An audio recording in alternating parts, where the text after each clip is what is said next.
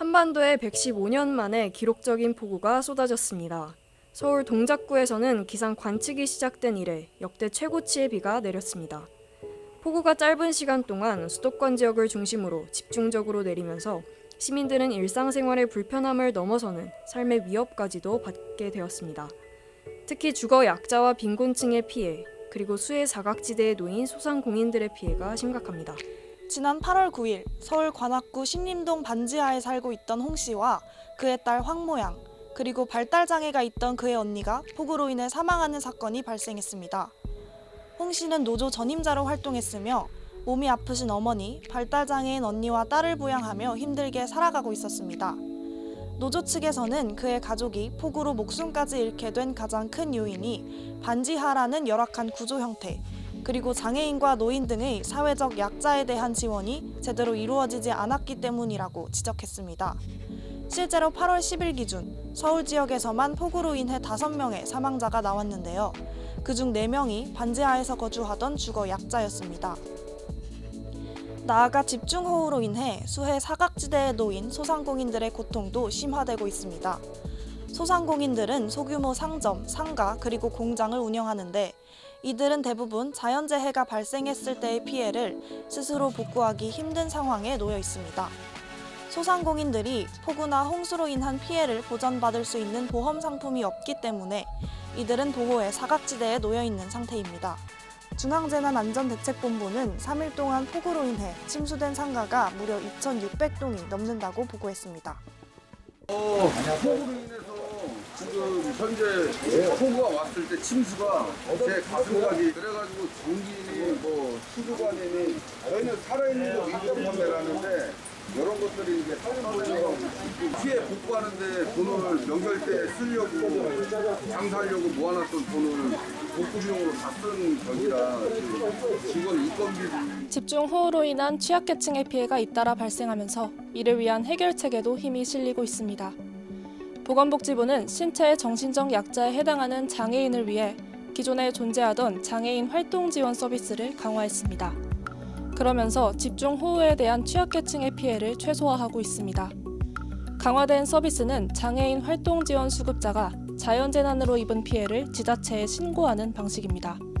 신고가 접수되면 이용하던 활동지원급여 외에 추가로 20시간의 특별지원급여를 이용할 수 있습니다. 더불어 주거 취약계층 중 반지하 지대의 침수 심각성이 강조되며 그에 따른 해결책도 구축되고 있습니다. 국토교통부의 8.16 주요 대책 내용에 따르면 주거 취약계층에 대한 심층 분석과 실태조사가 실시됩니다. 그 결과 재해 우려구역으로 판단된 곳에 주택 개보수 및 정상거처 이주 지원을 실시합니다. 거주자가 이주를 원치 않는 경우 침수 방지 시설과 여다지식 방범창 설치 등 안전 보강 비용을 지원합니다. 반대로 거주자가 이주를 원할 경우 공공임대주택에 우선 입주할 수 있도록 정부가 보증금을 지원합니다. 이와 같이 취약계층의 재난 피해를 해결하기 위해서는 사각지대에 관심을 기울이며 제도를 구축하는 것이 핵심입니다. 그러면서 사각지대까지 닿을 수 있는 현실적인 해결책이 촉구되고 있는데요. 재빠른 일상 복구를 도울 추가적인 방안에 대해 알아보겠습니다. 집중호우로 인해 피해를 입은 취약계층에 대한 긴급 복지가 이루어지고 있습니다. 자격요건 소득 재산이 정해져 있지만 폭우로 인해 피해를 입은 취약계층은 이를 일부 초과하더라도 지자체의 긴급지원심의위원회의 심의를 통해 급여를 지원받을 수 있게 했습니다. 피해 주민의 위기 상황을 우선적으로 고려한 것이죠. 지원 가능 내용으로는 생계 지원, 의료 지원, 복지시설 이용 지원, 주거 지원 등이 있습니다.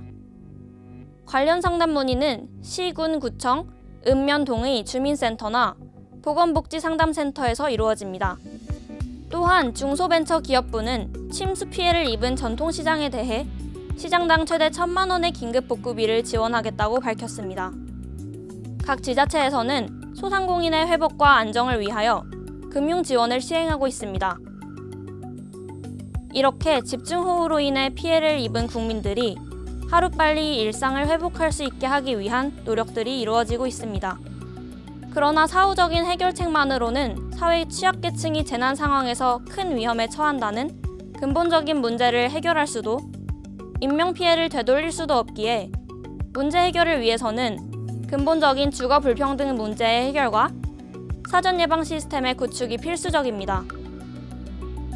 경제적 조건으로 인해 열악한 주거 환경에서 살 수밖에 없는 주거 빈곤층이 안전한 주거 환경에서 살 수 있도록 하기 위해서는 단순히 반지하, 지하주택을 제거하는 것에서 벗어나 보다 저렴한 공공임대주택의 확산이 이루어져야 한다는 지적이 제기되었습니다.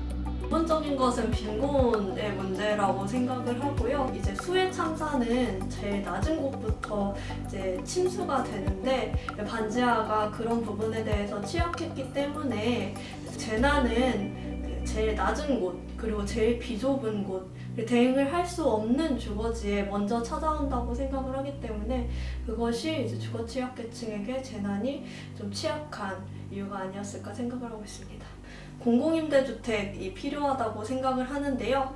그래서 실질적으로는 공공임대주택 물량이 굉장히 적게 공급된다고 볼 수밖에 없습니다. 주거의 품질 향상과 적정한 주거지로 개선을 하려면 법제 개선이 꼭 필요하다고 생각을 합니다.